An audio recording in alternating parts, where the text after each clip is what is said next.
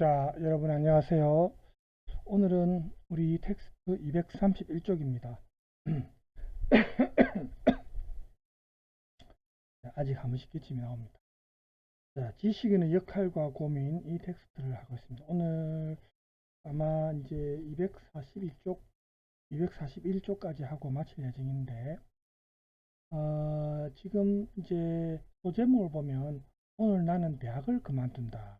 이런 제목이 지금 되어 있습니다. 제목만 보면 여러분이 이제 궁금할 수 있는 주제 같죠? 여러분과 또 관련이 있으니까.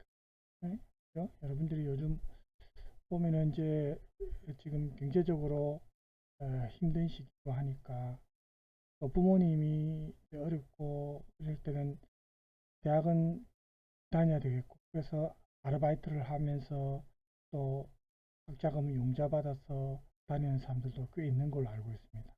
그래서 전부 이제 공부도 해야 되고 그 사이에 시간을 내서 또 어, 아르바이트도 하면서 이렇게 열심히 살고 있는데 수년 전에 여러분 선배들의 어떤 고민, 대학생 선배들의 고민이었기도 하고 지금 현재도 이어지고 있는 그런 문제이기 때문에 우리가 한번 읽어보고 또 이와 관련해서 여러분이 간단하게 쓸 수 있는 글이 있으면 또 한번 써보고 그렇게 합시다. 오늘 나는 대학을 그만둔다. 지금 제목이 이렇게 나와 있는데 이제 여기 글 쓴 사람은 G세대. 우리가 요즘 세대별로 여러분은 MZ세대라지만 뭐 이름이 많이 있습니다. 그죠? 그래서 이 세대가 이제 빛나거나 88만원 세대로 빛내거나 보세요. 요 빛은 우리 빛난다. 햇빛이 빛난다 할 때 그 빛자고 그 다음에 요 빛은 알지요? 부채의 의미의 빛입니다. 그래서 이 양극화 틈새에서 불안한 줄타기를 하는 20대 그저 무언가 잘못된 것 같지만 어쩔 수 없다는 불안과 좌절감에 앞만 보고 달려야 하는 20대 응? 여러분하고 비슷합니까? 불안과 좌절감 속에서 앞만 보고 달려야 그냥 가만히 있으면 왠지 불안한 그죠? 그 20대의 한가운데서 다른 길은 이것밖에 없다는 마지막 남은 믿음으로 이제 나의 이야기를 시작하겠다. 지금 이 글을 쓴 학생은 2010년도에 고려대학교 경영학과를 자퇴한 김예슬이라는 학생의 글입니다. 계속해서 읽어보겠습니다. 이것은 나의 이야기지만 나만의 이야기는 아닐 것이다. 나는 25년 동안 경주마처럼 길고 긴 트랙을 질주해왔다. 우수한 경주마로 함께 트랙을 질주하는 무수한 친구들을 제치고 넘어뜨린 것을 기뻐하면서 나를 앞질러 달려가는 친구들 때문에 불안해하면서 그렇게 소위 명문대 입학이라는 첫 관문을 통과했다. 고려대학교에 들어갔으니까 어쨌든 이 자기가 소망하는 명문대 입학이라는 첫 관문을 통과했습니다. 그죠? 그럼 여기서 끝이 아니죠. 그런데 이상하다. 더 거세게 나를 채찍질해봐도 다리 힘이 빠지고 심장이 뛰지 않는다. 지금 나는 멈춰서서 이 경주 트랙을 바라보고 있다. 저 끝에는 무엇이 있을까? 취업이라는 두 번째 관문을 통과시켜줄 자격증 꾸러미가 보인다. 너의 자격증 앞에 나의 자격증이 우월하고 또 다른 너의 자격증 앞에 나의 자격증이 무력하고 지금 소위 말하는 스펙 쌓기 지금 뭐 여러분 뭐 비슷한 지금 상황입니다.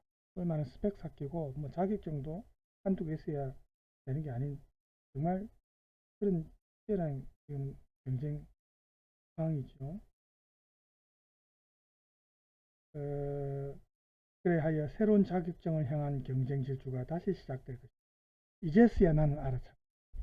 이렇게 앞만 보고 계속 달려왔는데 이제서야 이 화자는 뭘 알아차렸을까요? 내가 달리고 있는 곳이 끝이 없는 트랙임을 그걸 알아찼더라. 끝이 없다는 겁니다. 앞서간다 해도 영원히 초원으로는 도달할 수 없는 트랙임을. 이제 나의 적들의 이야기를 시작하겠다. 이 또한 나의 적이지만 나만의 적은 아닐 것이다. 이름만 남은 자격증 장사 브로커가 된 대학. 대학을 이렇게 지금 자기는 느낀 겁니다. 들어와 보니 대학이 소위 말하는 자기가 생각했던 그런 강화탑으로서의 역할을 하는 대학이 아니고 자격증 장사 브로커다. 이렇게 지금 비판을 했습니다. 그것이 이 시대 대학의 진실임을 마주하고 있다. 대학은 글로벌 자본과 대기업에 가장 효율적으로 부품을 공급하는 하청업체가 되어 내 이마에 바코드를 새긴다. 국가는 다시 대학의 하청업체가 되어 의무교육이라는 이름으로 12년간 규격화된 인간 제품을 만들어 올려보낸다. 기업은 더 비싼 가격표를 가진 자만이 피라미드 위쪽에 접근할 수 있도록 온갖 새로운 자격증을 요구한다. 이 변화 빠른 시대에 10년을 채 써먹을 수 없어 낡아 버려지는 우리들은 또 대학원에 혹은 유학길에 전문과정에 돌입한다. 고비용 저수익에 악순환은 영영 끝나지 않는다. 세계를 무대로 너희 능력만큼 자유하리라. 는 세계화, 민주화, 개인화의 넘치는 자유의 시대는 곧 자격증의 시대가 되어버린다. 졸업장도 없는 인생이 무엇을 할 수 있는가? 자격증도 없는 인생이 무엇을 할 수 있는가? 학습된 두려움과 불안은 다시 우리를 그 앞에 무릎 꿇린다. 생각할 틈도 돌아볼 틈도 주지 않겠다는 듯이 또 다른 거짓 희망이 날아든다. 그죠? 자기가 원하는 자격증을 따고 공부를 마치면은 그걸로 끝이 아니고 또 다른 희망을 갖고 또 합니다. 불안하니까. 요즘에는 또 취업이 되어도 그걸로 끝이 아니대요. 보니까 여러분. 취업이 되어도 거기에 또 만족하지 못하고 특히 여러분 세대는 이직을 많이 해요. 우리 회사 중에 일부 몇몇 기업을 제외하고는 기업 환경 자체가 또 너무 사람을 혹사시키니까 특히 대기업 여러분들이 보통 대기업을 많이 선망하는데 제 남동생도 8, 9학번이고 대기업 지금 LG, LCD에서 이사까지 올라갔습니다. 부산대학교 8, 9학번인데 지방대학 출신으로는 상당히 높은 올라갔죠. 지금 이제 뭐 50대 이제 저보다 3살 차인데 제 3살 아래인데 50대 이제 중반이 돼 가지만 결혼을 늦게 해서 아직 애들도 어려요. 이제 중학생 둘이 있습니다. 근데 이제 조금 있으면 나와야 될 그런 불안한 상황, 회사 상황에 따라서 승진한다고 마냥 좋아할 것도 아니더라고요. 그죠? 더 이상 올라갈 수 없는 그까지 올라가면 이제는 나와야 될 그런 시점이라네요. 벌써. 그래서 지금 뭐 50대 이제 중반인데 좀 어쩌면 지금 나와야 되는 그런 상황이에요. 그러니까 치열하게 경쟁해서 졸업해가지고 회사 들어가면 또 얼마 못 버티고 그렇게 오래 못하고 또 나와야 되는 그렇게 해서 망했던 대기업이 그렇습니다. 그러니까 여러분들이 너무 대기업 이렇게 목표를 그렇게 설정할 필요는 없어요. 대기업이 월급을 많이 주는 대신에 그만큼 사람을 혹사시키고 또 오랫동안 근무할 수 없는 그런 환경. 차라리 중소기업이 기업 환경만 좋다면은 막 제대로 된 대우를 한다면은 대기업 아니더라도 중소기업도 할 수 있고 또 무슨 꼭 기업에만 우리가 취업해야 되는 거 아니지 않습니까? 요즘 다양한 직업군이 있는데 그리고 앞으로 사실은 AI 인공지능 시대에는 없어질 직종이 많습니다. 그래서 여러분들이 공부할 때 무조건 공부할 게 아니고 앞으로 장차 없어질 직종 이런 쪽은 공부하면 헛수고가 될 수도 있습니다. 그렇죠? 그런 것도 사실은 생각하고 공부를 해야 되죠. 무조건 열심히 하고 앞만 보고 달려간다고 성공할 수 있는 그런 이제 현재는 아닙니다. 왜냐하면 뭐든지 너무너무 급변하는 그런 우리가 글로벌 시대에 지금 살고 있으니까 그렇죠. 그래서 우리가 그 짧은 인생에서 우리가 뭐 일만 하다가 죽을 것도 아닌데 그죠? 예. 여러분들이 조금 물론 마음은 불안하겠지만 그래도 어쨌든 여유를 가지고 그죠? 그렇게 이제 삶을 대하는 그런 자세 예? 어쨌든 여유를 가져야 됩니다. 그런 마음이 들 정도로 실제 여유가 없다 하더라도 마음만이라도 그렇게 해서, 그죠? 건강을 해치면은 모든 걸 잃는 거거든요. 자, 계속해서 봅시다. 그래서 이 학생이 지금 자퇴하면서 이제 그 고려대학교 경영학과의 김예슬 학생이 올린 글인데, 여기에 대한 또 다른 답변의 글도 있습니다. 다른 대학에. 일단 이 글을 남은 부분을 마저 읽어봅시다. 교육이 문제다. 여기 나오죠. 대학이 문제다. 고 말하는 생각 있는 이들조차 우리에게 이렇게 말한다. 성공해서 세상을 바꾸는 룰러가 되어라. 너가 하고 싶은 것을 해라. 나는 너를 응원한다. 너희의 권리를 주장해라. 짱돌이라도 들고 나서. 그리고 칼날처럼 덧붙여지는 한 줄. 그래도 대학은 나와야지. 끝에 이 말을 또 해요. 실컷 좋은 말 해놔놓고 그래도 대학은 나와야지. 이렇게 해버리면 안 되죠. 그 결과가 무엇인지는 모두가 알고 있으면서도 큰 배움도 큰 물음도 없는 대학 없는 대학에서 나는 누구인지, 왜 사는지, 무엇이 진리인지 물을 수가 없었다. 우정도 낭만도 사제간의 믿음도 찾을 수 없었다. 가장 순수한 시절 불의에 대한 저항도 꿈꿀 수 없었다. 저는 이제 저번에도 얘기했지만 586 세대인데 제가 다닐 때만 해도 그래도 어떤 뭐 사제 간의 믿음이랄까 이런 것도 그나마 좀 있었고 대학에서의 낭만이랄까 이런 것도 조금 남아 있었던 시기입니다. 지금은 이런 게 찾아보기 힘든 그런 캠퍼스가 되어버렸어요. 그죠?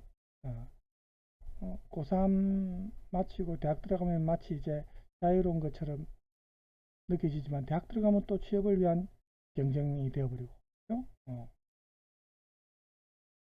또 대학을 졸업해서 뭐 취업을 해도 아까 말했다시피 회사 생활도 녹록지 않습니다. 그러니까 뭐든지 그 어떤 장애물을 넘었으면 그걸로 끝이 아니고 계속 또 다른 장애물, 넘어야 할 또 다른 어떤 바리케이드가 또 있고, 그게 인생입니다. 특히 우리 사회에서는 너무나도 이 좁은 땅덩어리에 인구 밀도는 높고 얼마나 치열한 경제 상황입니까? 그래서 우리가 너무 우리 땅만 고집할 필요도 없고 외국에 나가서 기회를 또 찾을 수 있는 사람들은 찾고 다방면으로 우리가 생각을 해야 되고, 아까 말한 대로 마음에 조금 여유를 가지고 힘이 들어도 여유를 가지고, 어차피 아무리 노력한 데서 금방 상황이 개선되지 않을 때는 자기가 건강도 챙기면서 여유를 가질 그런 어떤 자세가 사실은 필요하죠. 저는 이제 여러분들한테 그런 마음 상태를 권하고 싶습니다. 자, 그래서 이 사람 글을 계속 한번 읽어볼까요?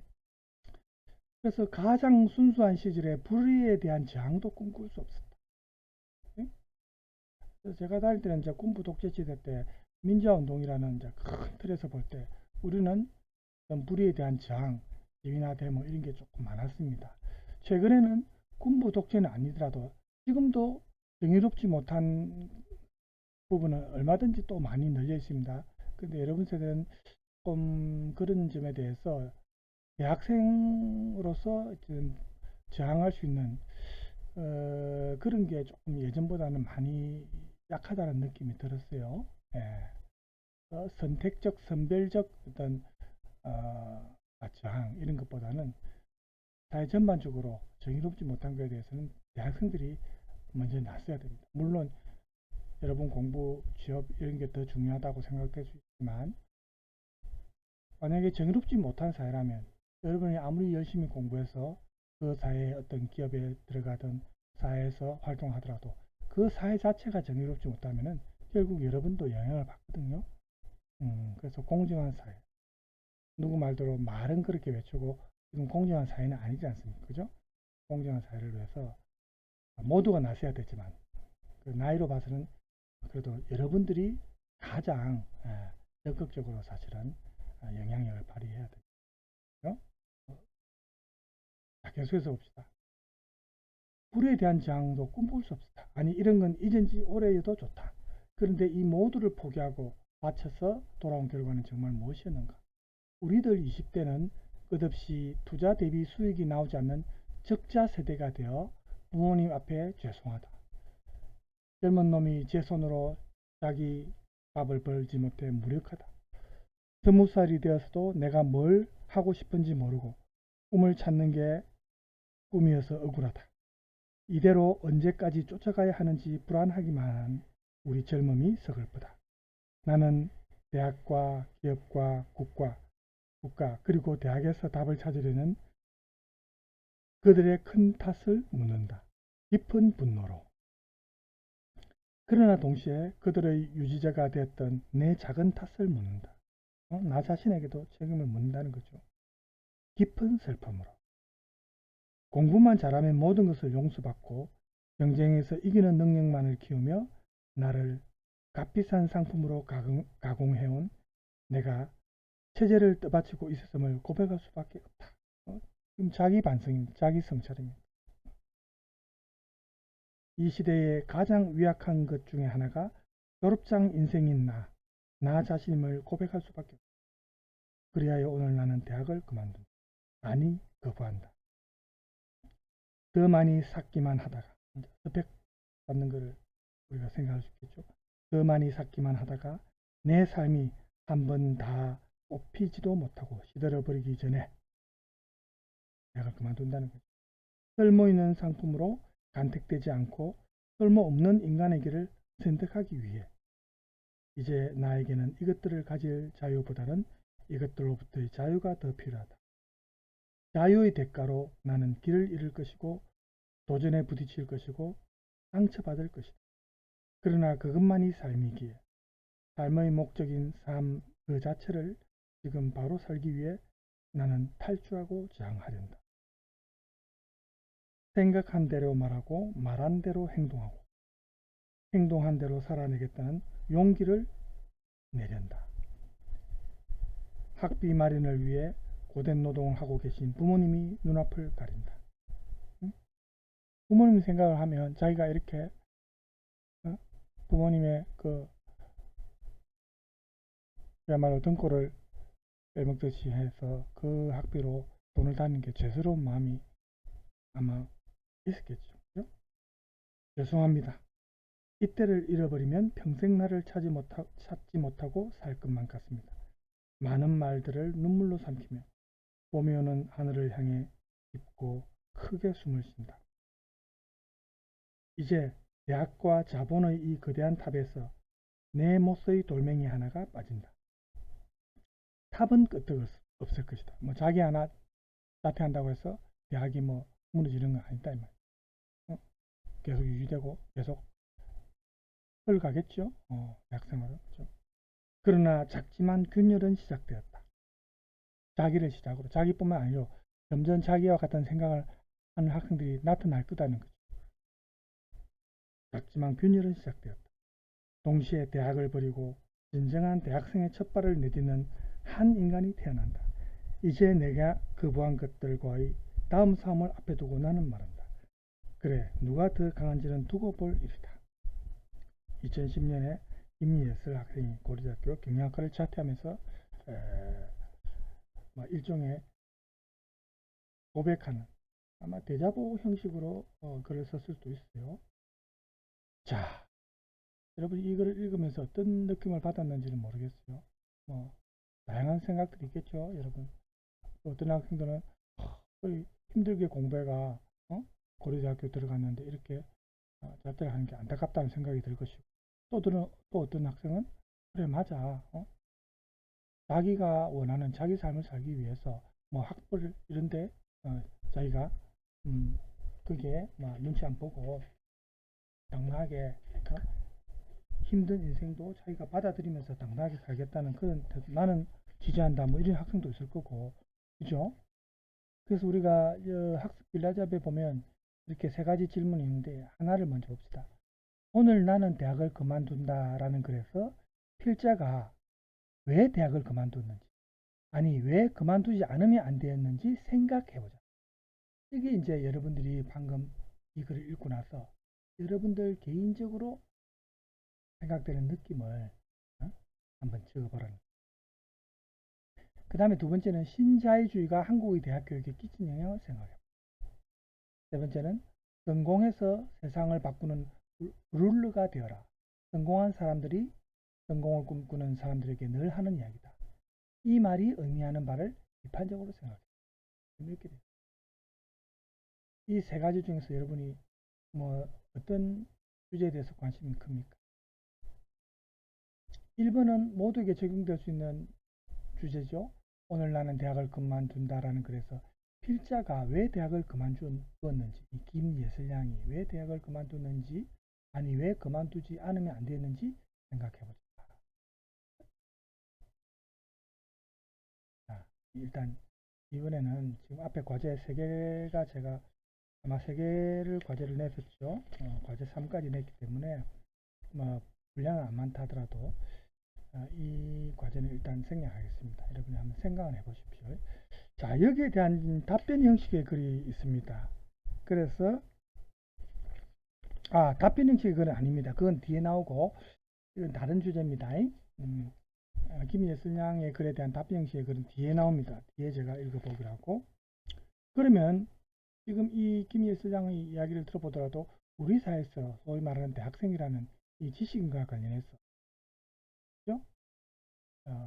왜 지금 지식인이 문제인가라는 주제로 다뤄진 글인데, 경향신문에서 나온 민주화 20년 지식인의 죽음이라는 실린 글입니다. 거기에서 이제 나온 글인데 한번 읽어보겠습니다. 지식인은 신분적 특권이나 재산의 유무와는 관계없이 자신의 지식을 통해 스스로를 드러내고 힘을 행사한다. 지식인이 부수의 힘은 문무할 때 무는 무보다 강하다. 예전에 그런 속담이 경가 있었듯이 지식인도 실제 총칼을 갖고 있지는 않지만 영향을 미칠 수 있죠. 힘을 행사한다는 겁니다. 지식인과 그 출신 배경이 반드시 직접적으로 연결될 필요는 없다. 지식인의 지식은 어느 정도 자율성을 지니고 있기 때문이다. 흔히 지식인의 자유로움에 대한 주장은 이런 점을 강조한다. 하지만 지식이 거저 얻어지는 것은 아니다. 독학으로 유명 지식인이 된 사람이 없지는 않지만 그건 쉬운 일이 아니다. 이건 사실 옛날 얘기입니다. 예전에 독학해서 지식인의 반열을 얻는 사람도 있지만 요즘에는 힘들죠. 독학해서 한다는 게. 많은 그 주변에 도움을 받을 수 있는 환경이 많이 있습니다. 자기가 노력을 했죠. 이런 지식을 통해서 힘을 행사하는 정도의 지식인이 되려면 요즘에는 교육기관에, 그것도 좀 권위 있는 교육기관에 소속돼 가지고 많은 학습 과정을, 오랫동안의 어떤 배우는 과정을 요즘에는 보통 거치죠. 그동안 지식의 습득만 이루어지는 것이 아니고 같이 배우는 사람끼리 유대관계도 맺고, 이게 이제 학벌이라는 거죠. 이런 학벌이 이런 친분을 바탕으로 만들어진 것인데, 지식인은 한편으로는 신분과 계급으로부터의 상대적인 자유로움, 또 독립적인 사고, 이런 걸 자랑하는데, 다른 한편으로는 자기 집단의 이익을 위해 결속을 해서 문화적인 동질성을 도모한다. 이렇게 말해요. 소위 말하는 자기 동문들끼리, 스카이 아니면 서울대 동문들끼리 뭉쳐. 물론 동문들끼리 뭐 서로를 하는 게 나쁜 건 아니지만, 이게 전 사회적으로 볼 때 배타적인 어떤 그 역할을 해가지고 자기 동문들끼리만 서로 도와주고, 자기 동문이 아닌 다른 학교 졸업생들에 대해서는 불이익을 주고, 또 다른 학교 졸업생이 더 능력이 뛰어나고 더 좋은 사람인데도 만약에 불이익을 주고, 예를 들어서 대학 교수를 뽑을 때도 마찬가지 아닙니까? 제가 학교에 있어봐서 아는데 그게 참 문제거든요. 교수들이 가장 배타적이고 가장 어찌 보면 부패한 집단입니다. 요즘 뭐 많이 바뀌고는 있지만 옛날에는 특히 심했어요. 정말 연구를 많이 하고 강의를 열심히 하고 강의 평가가 좋든지 아니면 연구 실적이 많든지 이런 사람이 교수가 되어야 되는데, 자기하고 친분 관계가 있고 아니면 자기 후배라든지 자기가 이제 교수 뽑아나면은 상대하기 편하고 자기가 편한 사람,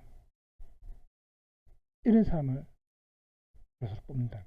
왜냐하면 교수는 교수들끼리 뽑으니까. 그 교수들끼리, 그 학과에.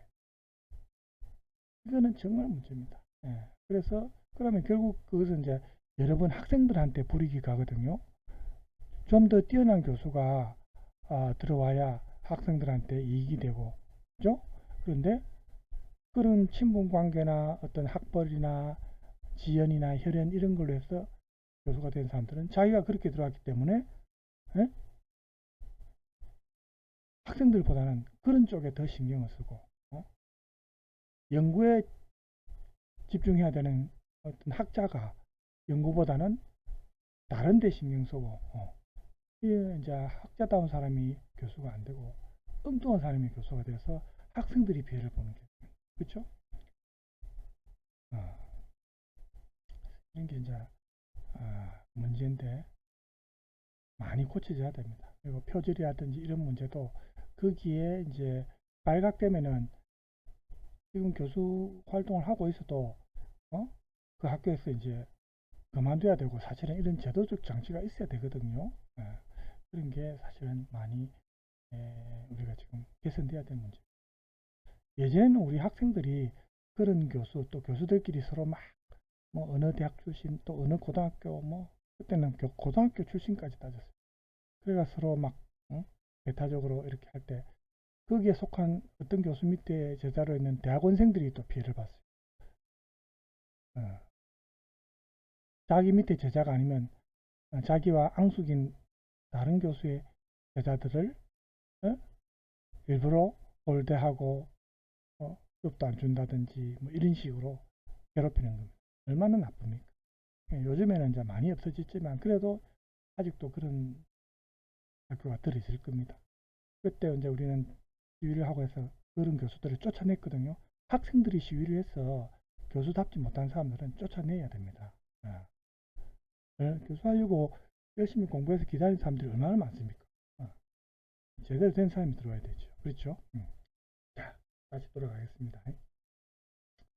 그래서 이렇게 집단으로서의 지식인은 두 가지 다른 집단을 만듭니다. 하나는 지배 엘리트로서의 정치적 경제적 지배 집단, 그리고 다른 하나는 이른바 지배를 당하는 비지배 집단, 즉 일반 대중입니다.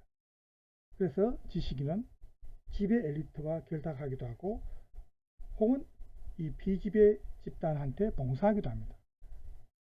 이 봉사하는 게 제일 올바른 지식인에 속하죠. 보통은 비지배 집단을 이용하려고 하는 그런 잘못된 비양심적인 지식인들도 많이 있죠. 그래서 이제 이런 이제 두 가지 유형이 있는데, 먼저 지배 엘리트와 결탁하는 지식인은 기존 체제의 필연성과 정당성을 주장하면서 이 지배 집단의 헤게모니를 정착화시킵니다. 헤게모니는 어떤 지배권이죠. 그죠?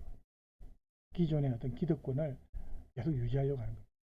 반면에 비지배 집단에게 봉사하려는 하는 지식인들은 전 지배 체제의 어떤 착취 구조, 잘못된 어떤 착취 구조를 폭로하고 대중의 혁명 의식을 고취시켜서 새로운 지배 체제를 만들려고 시도합니다. 후자가 이제 우리가 원하는 지식인이죠. 체제 고착이든 체제 전복이든 지식인은 자신의 무기인 지식을 최대한 활용하는 방향으로 움직입니다. 어느 경우에나 지식인의 힘은 자신의 이해타산을 숨기면서 공정하고 보편적인 어떤 수사학을 동원하는, 수사학에는 이제 비유나 어떤 언변술이죠. 이런 걸 동원하는 능력에서 나온다. 지금의 체제가 강력하게 버티든지 아니면 전복돼서 새로운 체제가 되든지 간에 그건 아무래도 상관없다. 지식인이 지닌 관점을 보편성을 기준으로 해서 그의 상징적 권력을 인정해주는 상황이라면 지식인은 어느 쪽이든 흔쾌히 받아들일 수 있기 때문이다. 그런데 그렇지 않은 상황이라면 어떠한가? 그럴 경우라면 지식인의 위기를 논하는 이야기가 들리기 시작합니다. 우리 사회에서 집단으로서의 지식인이 이렇게 확인이 드러나기 시작한 것은 조선 왕조가 위기에 처했던 구한말과 다른 나라의 지배를 받았던 일제시대이다. 기존 신분제가 해체되고 새로운 권력 기반이 형성되는 상황에서 지식인은 그 당시에 위기에 대해서 진단하고 그 당시에 그런 질곡에서 벗어날 방향을 일반 대중에게 알려주면서 자신의 입지를 확고하게 했다. 그러니까 올바른 지식인이 있고 또 일제에 부역하던 그런 나쁜 지식인도 사실은 많이 있죠. 소위 말하는 친일파들 아닙니까? 그죠? 거기서 이제 권력을 얻어서 해방 후에도 계속 그 신분을 유지한 그 친일파들이 지금 이 땅에 아직도 얼마나 많습니까?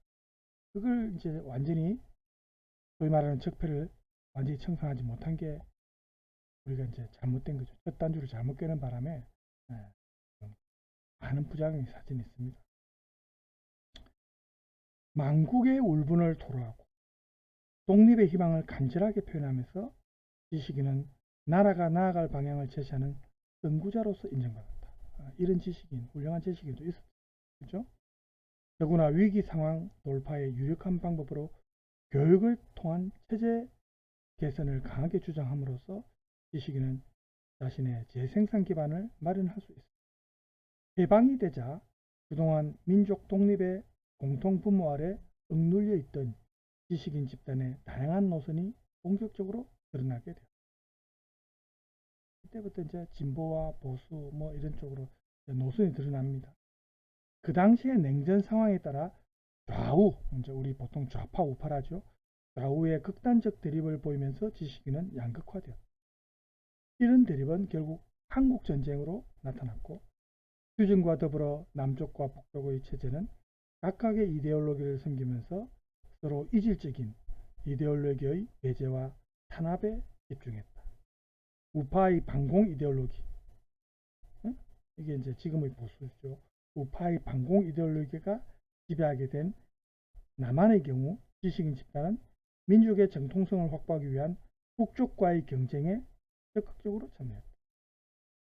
좌우의 민족 통합 이데올로기가 억압된 상태에서 1970년대 지식인들은 한편으로는 경제 성장을 위한 개발 독재를 옹호하고 다른 한편으로는 보편적인 인권과 민주화를 지향하는 노선으로 서로 나뉘어서 일을 했습니다. 1980년에 광주 민주화 운동을 계기로 해서 대부분의 지식인은 우리 사회의 인권과 민주화 노선의 역사적 타당성에 동의하게 됩니다. 그래서 민주화 노선이 대세를 점하기 시작한 1987년부터 지금에 이르는 20년까지, 이제 지금은 이제 한 30년 가까이 되었습니다. 그죠? 많은 지식인들이 인권과 민주화의 명제를 확산시키는 작업에 가담했고 그 명제의 안정적인 정착과 함께 그동안 상대적으로 억압되었던 민족통합의 이데올로기도 나타나게 되었다. 이데올로기와 체제의 차이를 넘어서서 민족통합을 이루려는 이러한 남쪽의 시도는 동유럽과 소련이 해체되고 그다음에 이제 그 당시 고르바초프의 그 페레스트로이카 그 개혁 있죠. 그래서 동구권이 이제 몰락하고 소련이 해체되는 시기죠. 그 시대적 변화, 그 다음에 중국의 급속한 개혁, 이런 것으로 인해서 위협을 느끼고 있던 북한이 혹시나 위험한 모험을 감행할까봐 여기에 이제 견제하는 거죠. 견제하고 새로운 국제 질서의 주도권을 잡기 위해 필요한 시도였습니다. 그 당시에 우리가 민족 통합을 이루는 우리 남한의 시도가. 그래서 김대중 정부는 이러한 민주화와 민족 통합을 동시에 이루고자 노력했고 지식인의 담론도 대체로 이런 방향에 그 당시에는 호응을 했습니다.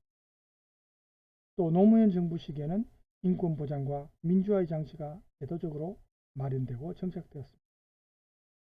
언론에 대한 권력의 직접적인 통제도 사라졌고 그 전에 뭐 전두환, 노태우 이런 시기만 하더라도 언론에 대한 통제가 얼마나 많았습니까? 강력했고 특히 보수 정권 때 지금 지나서 생각해보면 보수 정권 때 좀 그랬어요. 이명박 박근혜 정권 때도 군부 독재 때만큼은 아니더라도 뭐 소위 말하는 블랙리스트가 있다든지 이런 식으로 언론 통제를 했죠. 그렇지만 이제 이 노무현 정부 시기라든지 뭐 이때 언론에 대한 권력의 직접적인 통제도 사라졌습니다. 노무현 대통령 같은 경우는 사실은 오히려 손해를 많이 보죠. 너무 이제 자유롭게 하는 바람에 뭐 대통령으로서의 어떤 그 이전까지 했던 그 어떤 권위 이런 걸 이분이 완전히 내려놨기 때문에, 그죠? 그동안 금기시 영역이었던 대통령의 권력에 대한 비판도 공공연히 이루어졌고, 공적인 자리에서도 대통령이 불편할 정도로, 불편함을 토로할 정도였습니다. 그동안 지식인이 이렇게 현실에 참여하는 주요 통로였던 이 민주화라는 명제는 어느 정도 이제 실현이 되었습니다. 또 우리 민족 통합에 대한 전망도 남북 교류의 정책으로 이제 구체적으로 이제 많이 실현이 되었습니다. 하지만 부시 정권이 북한을 퇴출하려는 이런 압박을 하게 됨으로써 북한이 핵 개발로 여기에 맞서고 또다시 한반도의 긴장이 고조되었습니다. 이런 국제 정세의 변화를 계기로 해서 남쪽과 북쪽의 대결을 주장하고 민족 통합의 지향을 견제하는 그런 또 이제 담론이 또 나타났습니다. 이른바 신우파입니다. 그런 세력이 이제 만들어진 겁니다. 이제 항상 이제 이런 식으로 해서 자기 이제 정치적인 입지를 굳히려고 하는 거죠. 보수 진영 같은 경우는 특히 그렇습니다. 민주화의 실현과 정착에 따라 지식인의 민주화 명제는 구호의 단계가 아니라 구체적인 성취를 위한 쪽으로 변화되었습니다. 민족 통합의 명제는 정부의 주도 아래 검토되고 있었고 이에 대해 신우파 쪽에서 미미한 견제가 있었습니다. 민주화의 명제가 현실화되고 민족 통합의 노력이 정부 차원에서 진행되면서 이를 맹렬하게 요구하던 지식인은 이제는 그러한 담론에 집중할 수 있는 초점을 잃어버리고 새로운 열정을 찾아서 헤매고 있는데, 더구나 공산주의가 몰락한 국제 환경이 이렇게 변화하면서 여러분들이 알다시피 IMF 국제통화기금 체제에서 우리 한국 사회가 굉장히 힘들었던 시기가 있었죠. 김영삼 정부 때죠.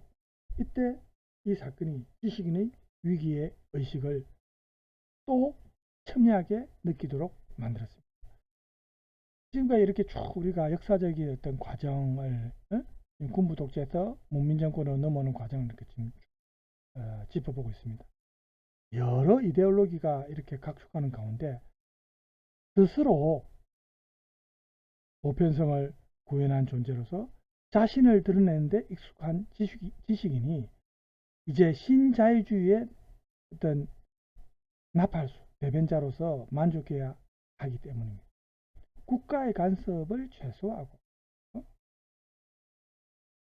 영쟁체제가 이제는 투명하게 드러나는 그런 것을 당연하게 선전하는 이 신자유주의 관점이 이데올로기를 이제 종말로 종말에 처하게 하고 또 그렇게 이제 신자유주의가 도래한 이제 그런 시점이 됐는데, 그러한 헤게모니, 그러한 지배권이 유지되는 체제에 대항하는 지식인은 이제는 사실 대안이 없고, 어떻게 보면 아무리 주장을 해도 그걸 이제 현실성이 없는 주장으로 취급받는 그런 시기가 되어버렸습니다. 그러니까 지식인의 상상력이 어떤 대항체제를 만들어내지 못하는 거죠. 신자유주의라는 공장 시스템 안에서 새로운 상품을 만들어내는데 이제 써야 한다. 이렇게 이제 지식인의 상상력이 그런 쪽으로 사용되어야 한다. 이렇게 지금 선전이 되고 있습니다. 그뿐만 아니고 지식인의 전통적인 권력 도구였던 글쓰기도 점차 힘을 잃어가고 있습니다. 과거보다. 이제는 문자 시대가 점점 힘을 잃고 영상 시대, 새로운 구술 시대와 영상 시대가 도래한 그런 시대가 온 겁니다. 그래서 지식인이 이제 좀 뭔가 예전보다는 힘을 잃고, 그죠? 점점 낯선 곳으로 몰리는 그런 시대입니다. 예전에는 그래서 명함도 못 내밀었던 그런 사람들이 과거 지식인의 독점 영역이었던 곳에 이제 들어서고 자기들이 신지식임을 주장합니다. 그래서 자신은 어쩔 수 없이 이제 구지식인으로 뒤로 물러나는 그런 상황이 되었습니다. 보편적인 지식인의 어떤 요새라고 볼 수 있는 대학도 많은 변화를 겪게 되는 거죠.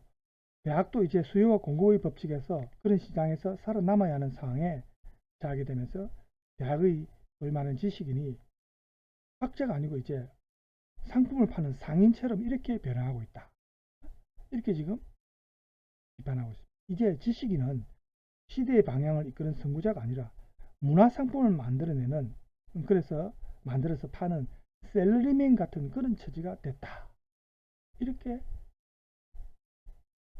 지금 경향신문 취재팀이 민주화 20년 지식인의 죽음이라는 요 글에서 표현을 했습니다. 지식인은 더 이상 자유롭고 독립적인 사고를 자랑하지 못하고 그들의 지식은 문화 콘텐츠 개발에 연관될 경우에만 의미를 갖는다. 힘을 갖기 때문입니다. 지식인들의 문화적 동질성도 더 이상 확보될 수가 없다. 공통점이 있다면 그것은 자신들의 기반인 글쓰기의 위상 변화에서 보이는 이 사람들의 당혹감, 예전보다 글쓰기에 대한 어떤 그 사람들이 생각하는 뭐라고 할까요? 영향력에 대해서 자기들이 생각하는 만큼 영향력이 강하지 않고 약해졌다. 그래서 당황해 한다는 겁니다. 근데 최근에는 다시 이 글쓰기의 중요성이 부각되고 있죠. 다행히. 예. 우리가 그 당시 그때 하버드의 그 글쓰기 수업 해가지고 그 서구권에서도 마찬가지입니다. 그죠? 자기의 어떤 생각을 논리 정연하게 글로써 표현하는 게 대학뿐만 아니고 나가서 사회생활 할 때도 굉장히 중요하다는 겁니다. 기업을 운영하는 입장도 그렇고. 그래서 다시 이 창의적 사고와 이런 글쓰기, 논리적인 글쓰기가 각광을 받고 있는 그런 시기로 다시 해결했습니다. 어쨌든 이 지금 그래서는 이 지식인들의 옛날의 열정이 이제 사그라졌고 이 지식인들의 상징적인 권력은 더 이상 당연시되지 않기 때문에 앞으로 지식인의 위기가 설왕설래되고 있다. 이렇게 이제 끝을 맺었습니다. 이게 이제 경향신문의 그 당시에 실렸던 글입니다. 이 글을 읽고 학습 길라를 보세요. 지식인의 사회적 역할은 무엇인가? 이란 질문이 있고, 그 다음 두 번째 질문은 오늘날처럼 국가 정책에 대해 지식인의 입장이 극명하게 나뉜 적은 없다. 진보, 보수 혹은 좌파, 우파 해가지고 지식인의 입장이 극단적으로 나뉜다는 거죠. 즉, 국가 정책을 옹호하고 지지하여 이론적 근거를 제시하는 지식인이 있는 반면에 비판하는 지식인도 있다. 구체적인 국가 정책을 사례로 들어서 지식인의 입장의 차이를 기술하고 올바른 지식인상을 제시해보자.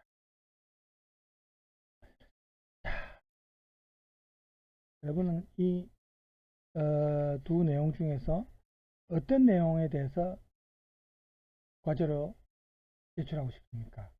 네? 저는 2번을 선택하고 싶습니다. 왜냐하면 우리 사회와 관련된 그냥 지식인의 사회적 역할을 하면은 우리 사회뿐만 아니고 뭐 전 세계에 다 해당되는 이제 문제고 2번 같은 경우는 우리 사회에 지금 직접적으로 해당이 되는 질문이기 때문에 이게 이제 과제 4로 제가 13주차 끝날 때쯤에 제 메일로 제가 여기 기록합니다. 여러분이 이것도 A4 용지 뭐 한 장에서 두 장 사이 정도로 뭐 조금 초과해도 상관없습니다. 이 주제에 대해서 여러분의 생각을 혹은 인터넷을 통해서 어떤 자료를 찾아도 됩니다. 그대로 뺏기지는 마시고 그걸 참조해서 여러분의 생각을 정리해 보십시오. 요 이번 질문에 대한 과제를 과제 4로 제가 제시하겠습니다. 13주차 끝날 때까지 제 메일로 제출해 주시기 바랍니다. 자, 이게 이제 집중탐구, 요게 아까 제가 말했던 그 김예슬 학생의 대자보, 여기에 대해서 서울대 최상훈 학생이 답변하는 형식의 글입니다. 아까 김예슬 학생의 글이 제목이 오늘 나는 대학을 거부한다. 아니 사업을 서울대 최상원 학생의 글 제목이 이렇습니다. 오늘 나는 대학을 거부한다. 아니 사업을 시작한다. 네. 그러면 이 학생의 글도 한번 같이 봅시다. 이것은 나의 이야기지만 나만의 이야기는 아닐 것이다. 이거는 이제 앞에 김예슬 학생의 글입니다. 나는 25년 동안 경주마처럼 길고 긴 트랙을 질주해왔다. 우수한 경주마로 함께 트랙을 질주하는 무수한 친구들을 제치고 넘어뜨린 것을 기뻐하면서 나를 앞질러 달려가는 친구들 때문에 불안해하면서 그렇게 소위 명문대 입학이라는 첫 관문을 통과했다. 이 또한 나의 적이지만 나만의 적은 아닐 것이다. 이름만 남은 자격증 장사 브로커가 된 대학. 그것이 이 시대 대학의 진실임을 마주하고 있다. 대학은 글로벌 자본과 대기업에 가장 효율적으로 부품을 제공하는 하청업체가 되어 내 이마에 바코드를 새긴다. 국가는 다시 대학의 하청업체가 되어 의무교육이라는 이름으로 12년간 규격화된 인간 제품을 만들어 올려보낸다. 이게 이제 우리가 전부는 아니지만 일부만 지금 핵심적인 내용 중에 이제 일부만 발췌했죠. 대학급부를 선택한 고려대 김예슬 씨의 대자보 중에서 나온 말입니다. 자, 여기에 대해서 이제 답변하는 형식의 글입니다. 자, 얼마 전 고려대학교 김예슬 씨의 자퇴 선언이 있었다. 옥자는 이렇게 말합니다. 부적응자의 현실 도피다. 이렇게 말하지만 문제는 적응하지 못하는 개인에게 있는 것이 아니라 누구도 적응할 수 없는 현실의 구조 그 자체, 우리 교육 시스템, 대학 시스템의 문제다는 거죠. 대학 급부라는 방법을 선택하지 않는 우리들도 자주 회의감에 휩싸이고 때로는 현실에 타협하기도 하고 때로는 방황하기도 하며 살고 있지 않은가. 응? 배상원 학생의 글이죠. 우리는 초등학교 때부터 12년간 어른들이 우리에게 심어준 대학교에 들어가면 누릴 수 있다는 자유, 낭만 따위에 대한 환상을 가슴에 품고 묵묵히 내 친구를 밟고 올라서기 위해 노력해왔다. 간신히 그 과정을 거쳐 대학교에 들어온 지금 나는 우리가 어린 시절 가졌던 대학 생활에 대한 환상은 그저 환상에 불과하다는 것을 깨닫는다. 오히려 대학이란 곳은 본격적으로 무한 경쟁에 닫힌 공간일 뿐이며 그 공간은 우리에게 그 어떤 삶의 의미도 방향도 가르쳐주지 않는다. 제2전공 의무화, 영어 강의 확대, 상대평가제, 이러한 제도는 더욱 많은 것을 강요하고 무조건 일렬로 줄을 세우는 것을 멈추지 않는다. 전 세계를 강타한 경제위기를 그 어떤 주류 경제학도 설명하지 못하고 패닉에 빠진 마당에 대학은 별 고민 없이 지난 수십 년간 사용해온 커리큘럼을 답습하고 있다. 이게 저도 지금 학교에 있지만 이게 문제입니다. 이제 시대적 상황에 맞게 대학 강좌도 커리큘럼도 많이 바뀌어야 되죠. 근데 아직도 예전에 하던 그런 지금의 현실에 맞지 않은 고리타분한 그런 강좌들이 계속 남아있는 경우가 많이 있습니다. 그렇죠? 그런 커리큘럼을 이제는 시대에 맞게 바꿔야 된다는 거죠. 대학에 와서 배울 수 있는 지식이 옛날 이미 낡아빠진 지식이 아니고 지금 졸업하고 현 사회에 나가서 자기들이 응용할 수 있는 그런 어떤 시대 흐름에 맞는 커리큘럼으로 바뀌어야 된다는 거죠. 그죠? 이렇게 낡고 답답한 대학에 우리의 미래가 있을까? 무한 경쟁의 쳇바퀴에서 오로지 앞만 보고 달려가지만 제자리에서 한 발짝도 나가지 못하는 듯한 불안감, 가만히 있으면 남들에게 뒤처지는 것만 같은 불안감을 강요하는 이러한 대학에 우리가 상상한 대학 생활이 있는가? 이 물음에 답해야 하는 사람, 대안을 만들 수 있고 만들어내야 하는 사람은 대학 교수님도 정치인도 아니다. 바로 우리 대학생들이다. 여러분 공감합니까? 물론 여러분이 먼저 나서야 되는 건 맞습니다. 그렇지만 결국 저도 학교에 몸담고 있지만 대학 교수님과 정치인들 책임이 사실 큽니다. 대학생들이 먼저 나서야 되는 건 맞고요. 거기에 바로 호응을 하면서 교수들과 정치인들이 나서야 되는 거예요. 우리의 삶을 그들에게 내맡길 수는 없다. 이에 나는 오늘 조용히 다짐을 해보려 합니다.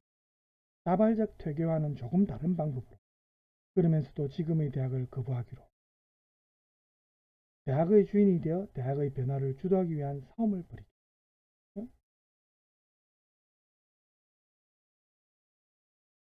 세상은 이미 변화의 물결을 타기 시작했다. 보수적 인사들이 아무리 사회주의적 발상이다, 포퓰리즘이다 이렇게 말해도 우리 국민 대다수는 이제 무상급식이 아주 상식적인 정책이고 필요한 정책임을 느끼고 있다. 맞는 말이죠. 이 무상급식이 없었으면 지금 초등학교 때부터 아마 중학교도 마찬가지고 제대로 된 학교 생활이 운영이 안 될 겁니다. 지금 빈부격차가 얼마나 심해요. 그죠? 무상급식이 이루어지지 않으면 한쪽에서 굶는 학생들 아직도 점심시간만 되면 예전에 제가 학교 다닐 때마다 슬그머니 사라지는 학생들이 있었어요. 밥이 없어가지고 도시락고 가서 수돗물 마시고 그 학생이 무슨 어떻게 공부를 할 수 있겠습니까? 영양 보충이 안 되는데 공부가 되겠어요? 힘도 없고 또 어떤 위화감 다른 친구들과의 어떤 자기의 위화감 열등감이 이렇게 생기면은 무슨 공부할 그 어떤 집중력이 생기겠습니까? 이 무상급식이 그만큼 단순히 먹는 것이 아니고 많은 영향을 끼친다는 겁니다. 근데 이런 무상급식을 반대하는 집단은 그런 정치인들은 당연히 뽑으면 안 되죠. 우리 국민들이 특히 여러분들이 이제 선거권이 있는 나이가 되니까 반드시 여러분들 이거는 우리 국민 전체한테 영향을 미치고 국가의 어떤 시스템과도 관련된 그런 중요한 부분이거든요. 이제는 상식입니다. 이걸 가지고 왈가불가한다는 것 자체가 말이 안 되는 거지. 또 다른 거 볼까요? 체벌 금지, 보충수업의 선택권 보장 등이 포함된 경기도의 학생 인권 조례가 입법 예고됨으로써 학생들의 인권이 충분히 보장되는 길로 나아가고 다시 원상복귀돼 가지고 또 문제가 많죠. 정권이 바뀌면 보수 정권이 들었으면 또 이게 원상복귀가 돼가 또 이게 폐지되고 이게 문제입니다. 보수든 진보든 간에 이런 거는 학생들도 무슨 외국인들이 예전에 88 올림픽 때 우리나라 학생들이 전부 교복 입고 머리 뭐 스포츠용 머리를 입고 하니까 무슨 교도소 죄수든지 그 죄수인지 알았대요. 이거는 학생은 사람 아닙니까? 두발 자유와 이런 것도 제대로 지켜주고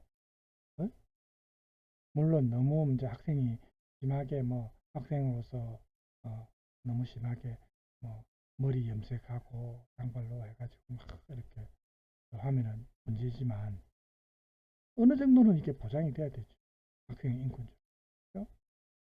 그럼 또 한쪽에서는 보면 뭐 교수 교사의 권위가 땅에 떨어져서 수업이 제대로 안 된다. 말이 안 되는 겁니다. 그건 교사가 그 학생을 제대로 지도를 못하는 것은 교사의 자질 문제죠. 학생 탓으로 돌리면 안 되죠. 자, 파이낸셜 타임즈는 이미 2007년에 더 이상 세상은 평평하지 않다 이렇게 선언했습니다. 이제는 세계화의 시대가 아닌 지역화의 시대라는 의미입니다. 또한 자유무역도 그 수명을 다하고 보호무역이 다시 힘을 얻을 것이라는 예측도. 그렇죠? 미국 트럼프 때 보면 우리가 알지 않습니까? 변화의 시기에 한국 사회와 대학은 여전히 혈진한 신자유주의, 시장 만능주의만을 외치고 이제 한물 간 거죠. 격변의 시기, 아무것도 책임지지 않으면서 우리를 구속하는 대학 내의 모든 오래된 간섭, 구습과 싸워야 한다. 경쟁 일변도의 신자유주의의 피해들이 더 이상 용인할 수 없는 지경에 이르렀을 뿐 아니라 이 기존의 가치들이 더 이상 아무런 대안도 제시할 수 없는 그런 상황이기 때문에 이 상황은 더욱 절실합니다. 시대에 뒤떨어진 낡은 커리큘럼, 창의성이라고는 찾아볼 수 없는 획일화된 교육 방식. 여기에는 대학생을 미래사회 주체로서 보지 못하는 낙후된 교육관이 자리 잡고 새 사회의 동력을 창출할 수 없는 대학에서는 그 어떤 비전도 찾아볼 수 없습니다. 우리 대학생들이 힘과 지혜를 모아서 수업 내용과 수업 방식에서부터 시작해서 병든 대학 사회의 본격적인 수술에 나서야 합니다. 전체 대학 내 패러다임의 변화를 이끌고 대학생 스스로가 대학의 주인으로 거듭날 준비를 해야 합니다. 이렇게 지금 아까 최상원 학생이죠. 주장을. 김예슬 씨는 자보에서 대학과 자본의 거대한 탑에서 자신 모습의 돌멩이가 빠져도 탑은 끄떡 없을 것이라고 말했다. 그렇다면 이 탑을 반대하는 모든 우리 돌멩이들이 힘을 합쳐 흔들어 보자. 응? 그리고 우리들의 새로운 탑을 세우자. 시대는 더 이상 낡은 탑을 거부하고 새로운 탑을 요구하고 있다. 이렇게 글을 맞았습니다. 여러분 이 글에 공감합니까? 저는 상당히 박수 쳐주고 싶고 이걸 이렇게 글로만 남기지 말고 행동으로 옮겨야 됩니다. 사실은. 그죠? 여러분들이 등록금을 내고 여러분들이 학교 수업을 듣는 주체입니다. 대학의 주인은 여러분들이에요. 그렇죠?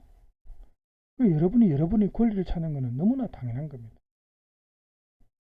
비싼 등록금을 받고 학교 시설을 제대로 안 갖추고 노후화되었다든지 예를 들어서 사립대 같은 경우에 그 대학의 이사진들이 자기들의 어떤 사적인 용도로 대학 등록금을 이용한다든지 사용한다든지 이런 게 만약에 밝혀지면 거기에 대해서 당연히 여러분들이 들고 일어나서 불의에 대해서 저항하고 비판해야 되죠.